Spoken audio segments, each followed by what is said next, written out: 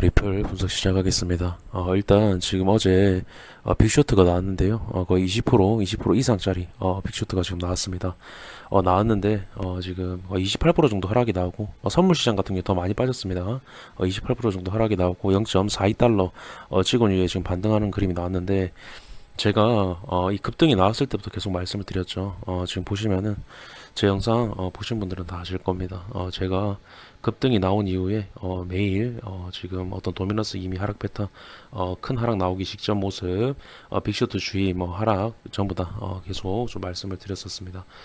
결국에 이런 빅쇼트가 나온 이유는 지금 어떤 악재 뉴스 그런 부분도 있겠지만 충분히 어떤 하락세의 가속화에 있음에 있어서 그런 부분이 작용이 좀 됐겠지만 결국에는 차트적인 관점에 결국에 하락을 하기 위한 차트적인 부분이 만들어졌었다라는 겁니다. 그래서 제가 결국에 제가 항상 강조드린 부분이 이 구간에 갭이 있었다라고 말씀드렸습니다.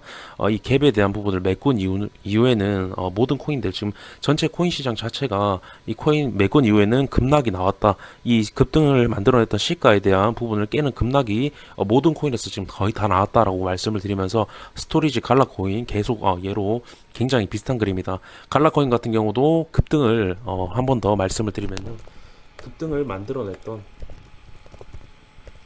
시가를 깨는 움직임이 나왔고 갈라코인도 리플과 유사하게 급등을 만들어낼 때 굉장히 큰 호재로 대형 호재로 올린 이후에 이 구간에 갭만 딱 메우고 계속 이런 식의 지속적인 하락을 만들어냈다. 하지만 리플 같은 경우는 갈라코인보다 급등을 했기 때문에 좀 더 빠르게 빠질 거다.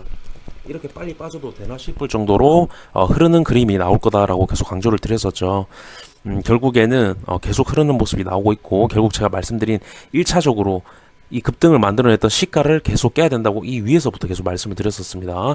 결국에 0.47달러를 깨는 움직임이 나왔고 바이비트 선물 거래소 같은 경우는 제가 말씀드린 제가 채널의 하단부 0.37달러를 이 구간부터 계속 찍어야 된다 말씀을 드렸는데 바이비트 같은 경우는 0.37달러 터치가 나왔습니다. 그래서 좀 그러니까 밑으로 많이 좀 빠지는 그림이 나왔고 바이낸스 같은 경우 0.42달러 터치가 나온 이후에 반등이 나온 모습이고 결국에 가장 중요한 거는 채널에 지금 다시 들어왔다라는 겁니다. 제가 계속 강조드리는 게 채널의 돌파 이후에 다시 채널 안으로 들어오게 되면 하락이 가속화되면서 결국에는 채널 이 0.3달러를 지지받던 구간을 깨는 움직임이 나올 거다.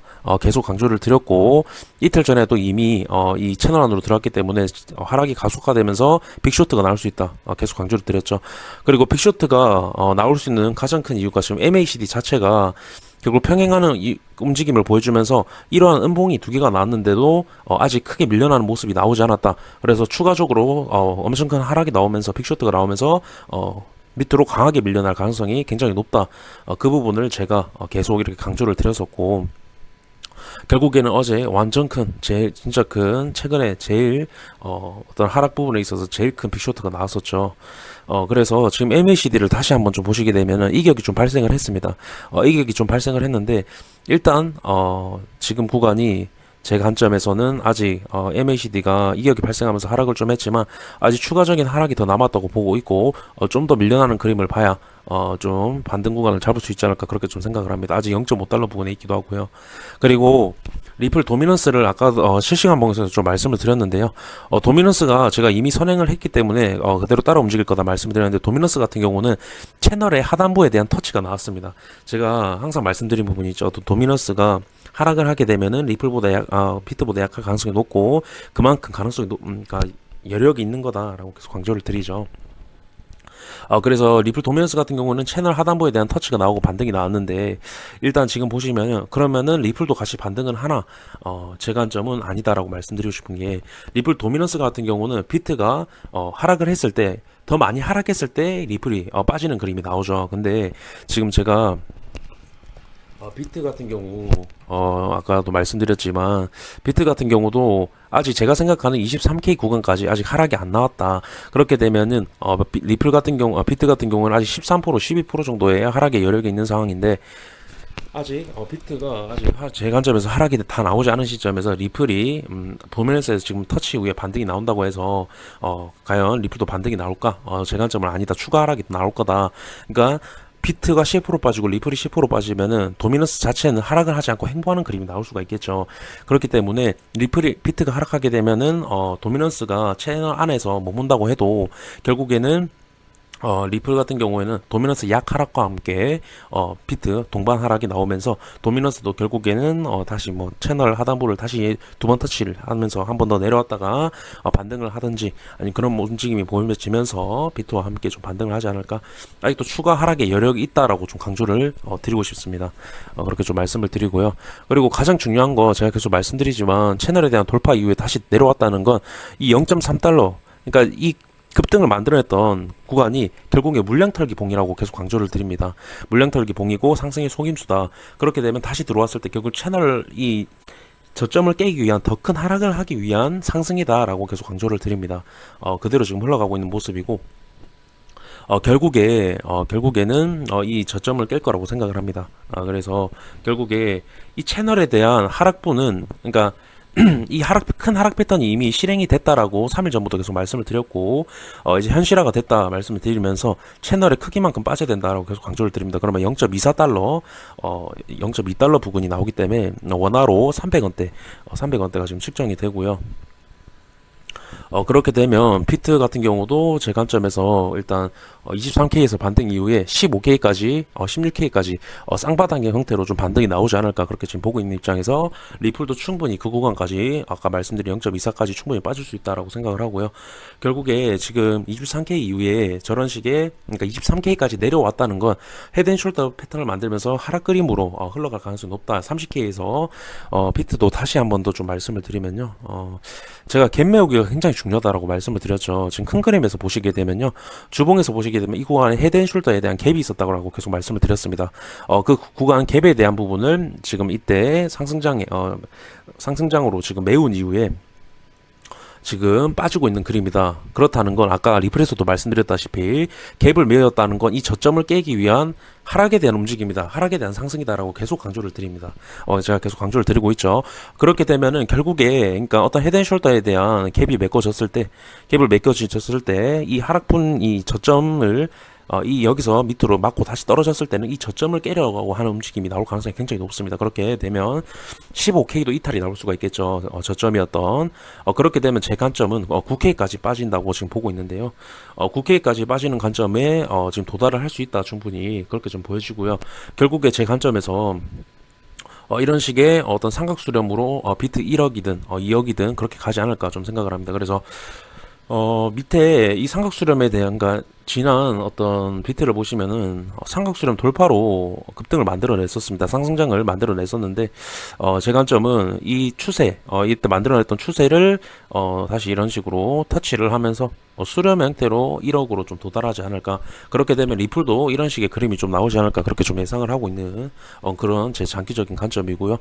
일단 제 관점 지금 단기적인 부분에서는 채널에 대한 이탈이 나왔고 결국에 하락 패턴이 전환이 됐다는 건 결국에 300원대까지 내려갈 확률이 굉장히 높아졌다. 진짜로 제가 이 구간부터 계속 말씀을 드렸지만 지금 현실화가 됐다는 겁니다. 그렇기 때문에 굉장히 제 영상을 계속 봐오신 분들은 아시겠지만 하락 패턴의 중요성을 굉장히 잘 아실 겁니다. 가야 할 자리에서 가지 못하고 삼각수렴이나 어떤 채널에 대한 부분 그리고 어떤 이제 추세에 대한 부분에 다시 들어왔을 때는 그 하단부를 다시 깨는 움직임이 굉장히 많이 나온 걸 보셨을 겁니다. 그 부분에 대해서 제가 매번 나올 때마다 단기적이든 중장기적이든 계속 강조를 드리고 있는 부분이고 그렇게 되면은 채널 하단부를 깰 확률이 높다. 그렇게 되면 아까 말씀드렸다시피 채널에 대한 하락분이 나올 가능성이 높다라는 겁니다. 그렇게 좀 말씀을 드리고 싶고요. 그래서 아까 말씀드렸다시피 피트의 어떤 9K에 도달을 했을 때는 결국에 아까 제 일단 관점으로는 9K에 도달했을 때는 리플이 300원대가 아니라 제 장기 관점에 어떤 마지막 라인이 0.1달러 부근 혹은 그 이하까지 좀 빠지는 그림이 나오지 않을까. 충분히 그 구간까지. 왜냐하면 비트가 9K까지만 빠져도 현재 구간에서 70% 정도 하락이 나오는 거기 때문에 리플 같은 경우 측정을 해봤을 때 현재 구간에서 80% 정도입니다. 충분히 알트코인이기 때문에 비트보다 충분히 많이 빠질 수 있는 자리고 충분히 가능한 가격대다. 그렇게 좀 말씀을 드리고 싶습니다. 그래서 일단 300원대 그러니까 제 장기 관점은 100원이지만 일단 중장기 관점에 어떤 이런 급등은 제 관점에 플러스 요인이다라고 급등이 나왔을 때부터 계속 말씀을 드립니다. 이런 속임수 봉은 결국에는 더 큰 하락을 하기 위한 움직임이기 때문에 제 장기적인 관점에서는 플러스 요인이다. 그리고 하나 더 말씀을 드리면 충분히 그러니까 리플 같은 경우에 충분히 채널에 대한 그러니까 돌파를 이거 상승 힙소를 안 만들고 밑으로 충분히 차트적인 흐름에서는 채널의 이탈을 그냥 시킬 수 있었는데도 불구하고 물량을 한 번 더 이제 대형 호재를 띄우면서 물량을 한 번 더 강하게 턴 이후에 이런 식의 하락을 보여준다는 건 굉장히 악랄하다. 움직임이 굉장히 악랄하고 엄청난 큰 하락을 준비하고 있는 움직임이다라고 좀 말씀을 드리고 싶고요. 다시 한 번 더 강조를 드리고 그리고 이 구간에서 대형 호재가 나왔기 때문에 그러니까 만약에 매집봉이라고 한다면 제가 이 위의 구간에서 계속 강조를 드렸던 게 매집봉이라고 한다면 불확실성으로 어떤 호재 기사를 좀 띄우면서 올렸어야 되지 않나. 확실한 어떤 호재성 진짜 승소에 대한 거의 확실성 있는 호재성 기사로 그런 식으로 어떤 현혹을 시킨 이후에 어떤 매도의 관점으로 유도를 하는 게 아니라 매수 관점으로 유도를 하고 그대로 어떤 좀 반등해주는 듯한 움직임 보여주고 그대로 밑으로 계속 흘러내리는 그림. 전형적인 물량탈 움직임이다. 그 부분은 제가 위에서 계속 강조를 드렸던 부분이고요. 그래서 그대로 지금 움직임이 나오고 있다. 그렇게 강조를 좀 드리고 싶습니다. 그래서 지금 구간 반등을 해도 추가 하락 가능성이 있다라는 걸 좀 강조를 드리고 싶고요. 왜냐하면 비트가 아직 하락의 여력이 남았고 도미넌스 자체는 반등을 했다고 해도 비트와 동등하게 빠지게 된다고 하면 도미넌스가 빠지지 않아도 리플은 하락을 할 수 있다. 비트 따라서 하락을 할 수 있다. 그렇게 좀 강조를 드리고 싶습니다.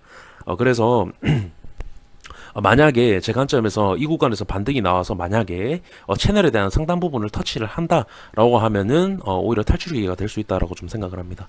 그렇게 강조드리면서 왜냐하면 이 구간을 깨기 위한 움직임이 이미 나왔다. 그게 그대로 움직여지고 있다.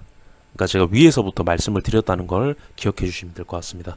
일단 리플 여기서 분석 마치도록 하겠습니다. 감사합니다.